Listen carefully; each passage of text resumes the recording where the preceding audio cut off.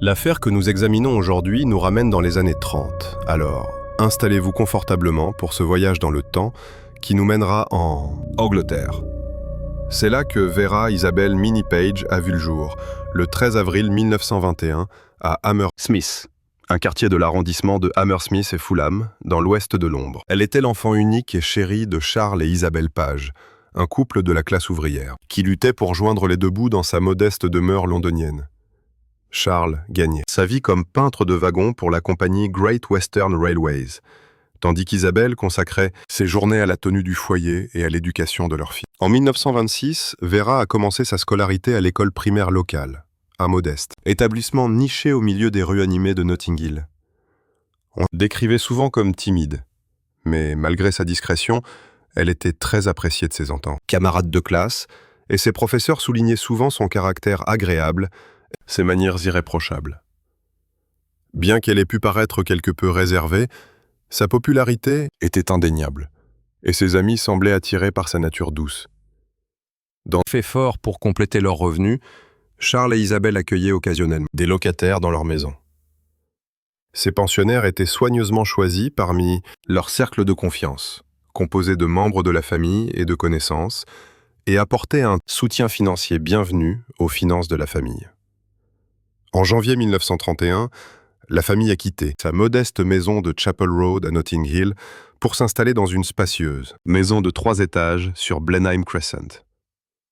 Tandis que la famille Page occupait le rez-de-chaussée et le sous-sol, les étages supérieurs accueillaient d'autres résidents, y compris les locataires de longue date, Arthur et Annie Rush, qui, au fil des ans, semblaient être devenus une présence permanente dans la propriété.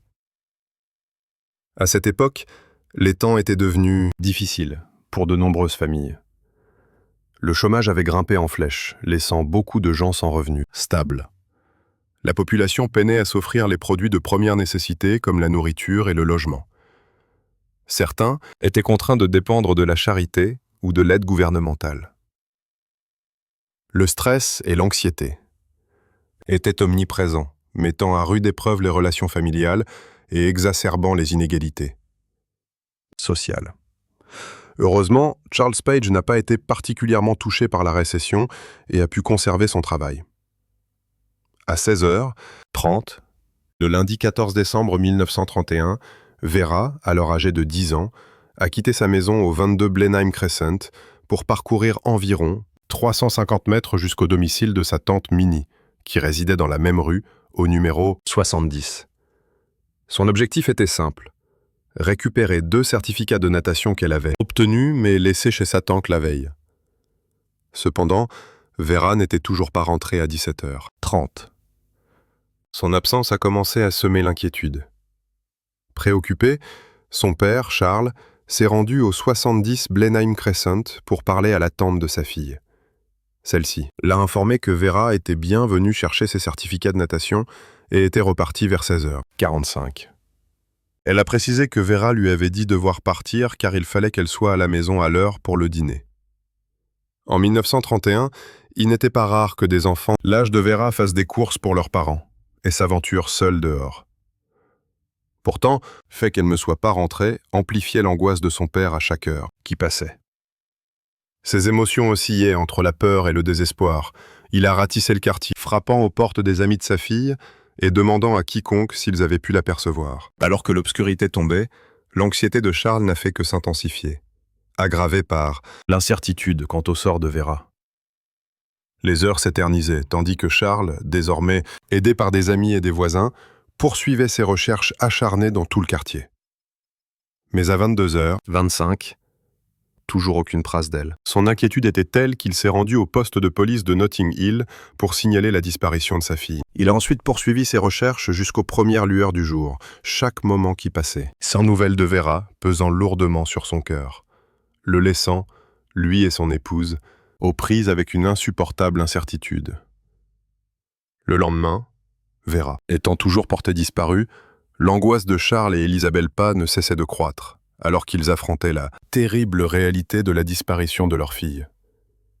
Un signalement de Vera circulait désormais au sein de la police locale, et la nouvelle avait atteint les médias. Le couple s'accrochait à l'espoir, priant pour le retour de Vera saine et sauve. Au cours de leur enquête, la police a appris qu'entre 17h et 18h, le 14 décembre, Vera avait été aperçue par un garçon du nom de Charles Witt, qui a déclaré aux agents qu'Ilvar-Methane la connaissait assez bien. Il a aussi été confirmé que Vera s'était entretenue avec une camarade de classe, Irene Stegman, devant la pharmacie Taylor, à l'intersection de Blenheim Crescent et de Portobello Road. Irene a indiqué aux policiers que Vera lui avait fait part de son intention d'acheter des dominos en savon exposés en vitrine en guise de cadeau de Noël pour ses parents.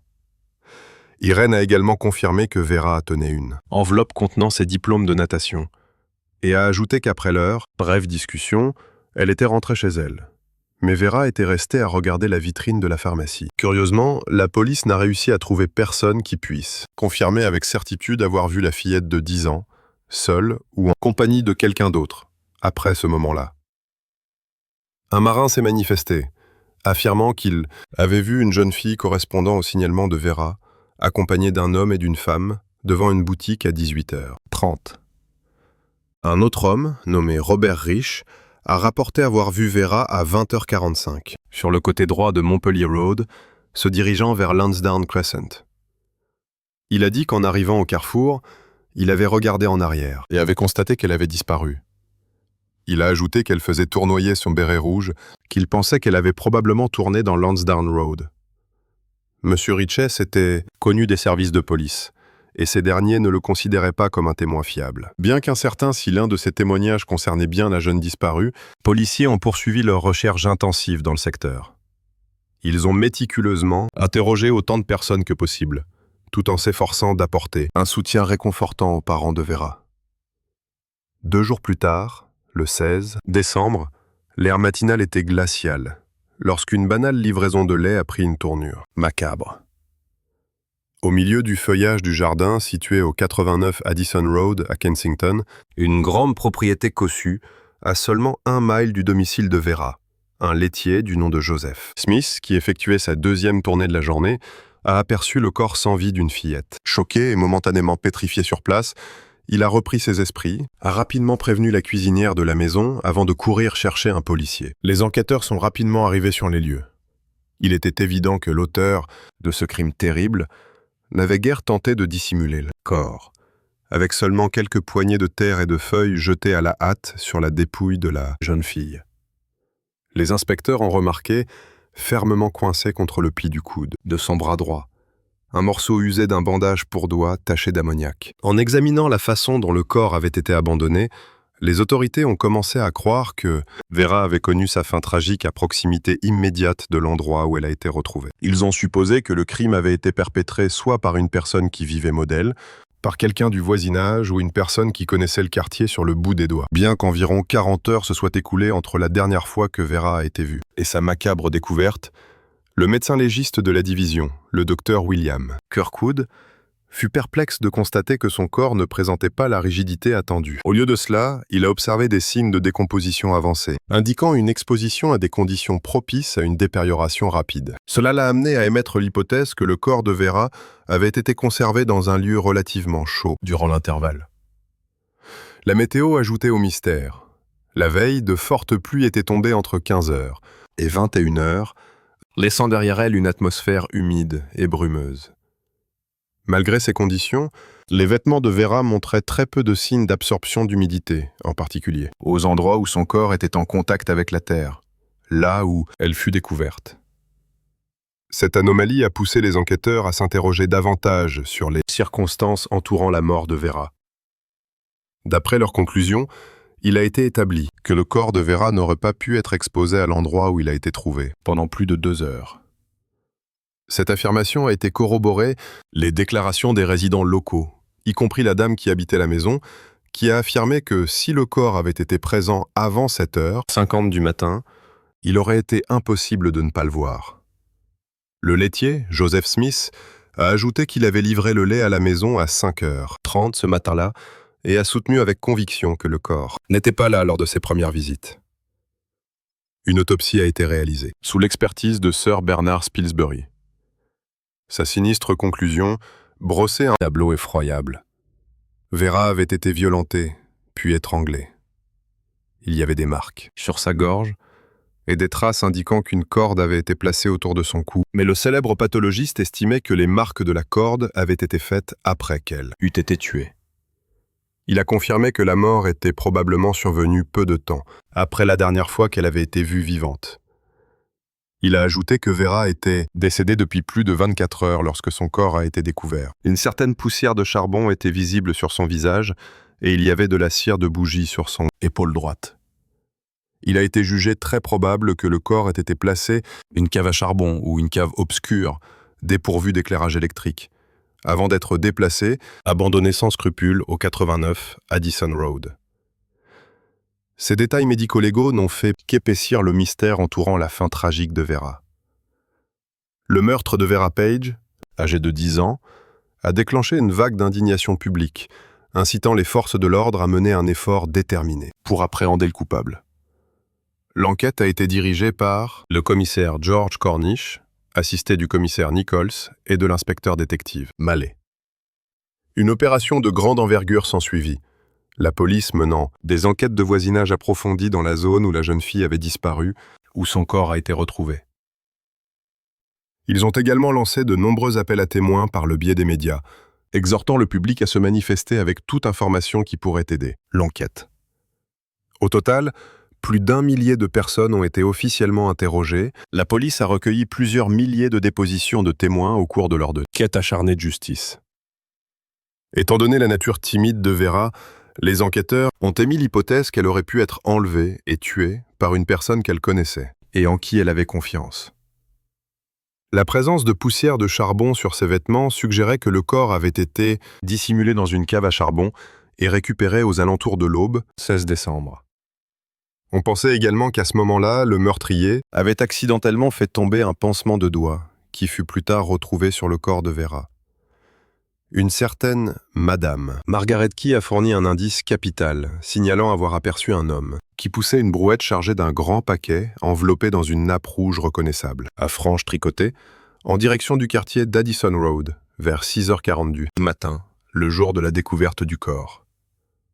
Le 17 décembre, une femme, du nom de Kathleen Shorts, qui résidait à Stanley Crescent, tout près de l'endroit où Vera avait été vue pour la dernière fois, s'est rendue au commissariat de Notting Hill avec un béret rouge d'enfant. Elle a expliqué aux policiers l'avoir trouvée devant chez elle vers 21h30, la veille au soir. Madame Shorts a également mentionné avoir découvert des papiers déchirés et un bout de bougie à proximité qu'elle a dit avoir ramassé puis jeté. Le béret a été présenté aux parents de Vera, qui l'ont identifié comme appartenant à leur fille, mais, chose étrange, il dégageait une odeur de paraffine. Monsieur Paget a confirmé que le béret n'avait jamais senti la paraffine auparavant. Fait curieux, juste à côté de la propriété de Madame Shorts se trouvait une cave à charbon vide, dont la porte avait été laissée déverrouillée et était maintenant ouverte. C'était d'autant plus étrange que les voisins ont affirmé que cette cave avait toujours été solidement fermée par le passé. 2 femmes se sont manifestées pour dire qu'elles avaient entendu des cris la nuit de la disparition de Vera, mais après avoir mené des expériences, la police a conclu que ces cris n'auraient pas pu provenir de la cave à charbon de Stanley Crescent. Suite à l'autopsie et aux déclarations des témoins, une théorie a émergé selon laquelle, après que Vera Page ait été assassinée, son corps aurait été caché dans une cave sombre où une soute à charbon était probablement éclairée à la bougie avant d'être transporté jusqu'à l'endroit où il a finalement été découvert, possiblement à l'aide d'une brouette. La police s'est concentrée sur des hommes connus de leur service pour traîner dans les zones où des enfants jouaient. L'un de ces hommes, qui semblait correspondre à la description de l'individu poussant la brouette fournie par Madame Margaret Key, se nommait Monsieur Percy Rush. Il était âgé de 41 ans, marié, et habitait non loin de nous, Blenheim Crescent. Il travaillait comme laveur de flanelle à la blanchisserie d'Earl's Court depuis les 2 dernières années, et bien qu'il ait déménagé sur Tolbert Road avec sa femme, 1925, il entretenait des liens étroits avec ses parents qui vivaient aux étages supérieurs, du 22 Blenheim Crescent, l'immeuble même où Vera habitait avec sa mère, son père. Il était connu pour leur rendre visite régulièrement et possédait sa propre clé, leur logement. Il était déjà connu des services de police, ayant été arrêté, jugé, déclaré coupable en 1923 et 1927 pour exhibitionnisme. À chaque fois, a purgé une peine d'1 mois de prison. Durant l'été de 1931, il fut également accusé du même délit, mais cette fois-ci, il ne fut pas condamné. Malgré ses protestations d'innocence, M. Percy Rush est rapidement devenu le suspect principal. Et le 18 décembre, il a été conduit au poste de police de Notting Hill pour y être interrogé. Durant son interrogatoire, il a ouvertement admis connaître Vera Page, la décrivant avec affection comme une gentille petite fille. Cependant, il a affirmé ne pas l'avoir vue depuis environ 3 semaines avant disparition. Les soupçons se sont intensifiés lorsqu'il a été révélé que la profession de M. Rush l'exposait fréquemment à de l'ammoniac et qu'il avait subi une blessure au doigt de la main gauche, survenue à peine 1 semaine avant la découverte du corps de Vera. Interrogé au sujet du pansement qu'il portait au doigt, il a expliqué en avoir mis un suite à sa blessure et avoir lui-même confectionné un bandage de fortune. Il a ajouté que son épouse l'avait ensuite remplacé par un autre, plus confortable, destiné à le protéger d'une exposition à l'ammoniac. Il a affirmé s'être débarrassé de ce second pansement 11 décembre. Des collègues sur son lieu de travail ont confirmé qu'il s'était effectivement blessé au doigt le 9 décembre et qu'il avait protégé la blessure avec un pansement improvisé. Cependant, il n'était pas certain qu'il le portait encore le 14 décembre, jour de la disparition de Vera. La police a procédé à une perquisition domicile de M. Rush, sur Tobert Road. Sur place, ils ont mis au jour des restes de pansement. Ils ont également trouvé une nappe rouge caractéristique, avec une frange tricotée, identique à celle décrite par Mme Margaret Key, qui, le 16 décembre, avait aperçu un homme poussant une brouette dont le contenu était dissimulé par une nappe rouge. L'analyse scientifique a établi un lien entre la cire de bougie retrouvée sur divers objets et les bougies du domicile de M. Rush. Elle a également révélé la présence de poussière de charbon et de traces de sperme sur ses manteaux. Dans les poches de ces derniers, les enquêteurs ont découvert un cordon de pyjama qui, selon eux, serait à l'origine des marques sur le cou de Vera. Le pansement imbibé d'ammoniac, retrouvé sur le corps de la victime, correspondait parfaitement au doigt blessé de M. Rush, bien qu'il ait nié avoir porté le moindre pansement de ce type depuis le 11 décembre. Le docteur Roach Lynch, un expert du ministère de l'Intérieur, a mené des analyses scientifiques supplémentaires sur le pansement. Il a confirmé que celui-ci avait dissimulé une plaie purulente et qu'il avait été imprégné d'ammoniac au moins 1 fois. Toutefois, le docteur Lynch a noté que lors de l'examen sous lumière ultraviolette, la texture du matériau différait de celle des échantillons de pansement et de charpie retrouvés au domicile de M. Rush. L'enquête du coroner initialement, ouverte le 18 décembre, a dû être ajournée à 2 reprises afin de permettre à la police de mener des investigations plus poussées. Elle a finalement débuté le 10 février 1932 et était présidée par M. Ingleby Oddy, le coroner de Westminster. Le tribunal était bondé, tandis qu'une foule de curieux faisait la queue à l'extérieur, dans l'espoir d'obtenir une place pour assister aux délibérations. Même la neige qui tombait n'a pas entamé leur détermination. Au cours de l'enquête, plusieurs témoins ont déposé, parmi lesquels Madame Isabelle Page, la mère de Vera. Elle a décrit sa fille comme une personne timide, qui évitait le contact avec les inconnus. Elle a ajouté que Vera certains étages supérieurs de l'immeuble où elle vivait. Cependant, Madame Page a eu beaucoup de mal, livrait son témoignage, s'effondrant en larmes et ayant besoin du soutien de son mari. Bien que les déplacements de M. Percy Rush le jour du meurtre n'aient pu être corroborés par une source indépendante, il a fourni un récit détaillé, ses allées et venues. Il a déclaré que le 14 décembre, sa femme, Daisy, s'était absente de leur domicile jusqu'en début de soirée. Se sentant mal à l'aise d'être seule, a décidé de s'occuper et est donc allé faire des courses à Kensington après sa journée de travail. Ce n'est que vers 20h30 qu'il est rentré, quelques instants à peine avant l'arrivée de son épouse. Il a ajouté qu'il s'était couché vers 22h15. M. Rush a soutenu avec véhémence ne pas avoir rendu visite à ses parents ce lundi-là, bien que ce fût le jour habituel pour de telles visites. Confronté aux allégations spécifiques du coroner, suggérant qu'il avait délibérément attiré Vera jusqu'aux remises à charbon où il l'aurait ensuite agressée et étranglée, avant de se débarrasser de son corps dans le jardin du 89 Addison Road. Monsieur Rush a vivement réfuté les accusations, insistant sur le fait que son interaction avec la jeune fille avait été minimale, contrairement à sa déclaration initiale à la police qui laissait entendre une connaissance plus approfondie. Lorsqu'on lui a demandé ce qu'il entendait par minimal, il a affirmé ne se souvenir de lui avoir parlé qu'à une seule occasion, ajoutant que s'il l'avait croisée dans la rue, il ne l'aurait pas reconnue comme étant une jeune fille qui vivait dans la même propriété que ses parents. Le jury n'a pas été informé des condamnations antérieures de M. Rush, ni de la tache de sperme retrouvée sur son manteau, mais lorsqu'on lui a demandé s'il avait souvent été vu errant seul le soir et s'il avait été interpellé par des hommes du quartier, inquiet de sa présence près de leur maison et de leurs enfants, il a répondu qu'il ne sortait jamais sans sa femme. Le coroner a exposé au jury preuves indirectes qui pourraient indiquer que Percy Rush avait commis ce crime, des plus terribles. Il a déclaré que lorsque le corps a été retrouvé, le béret manquait, mais qu'il avait été découvert à Stanley Crescent, près de l'endroit où Vera avait été vue pour la dernière fois.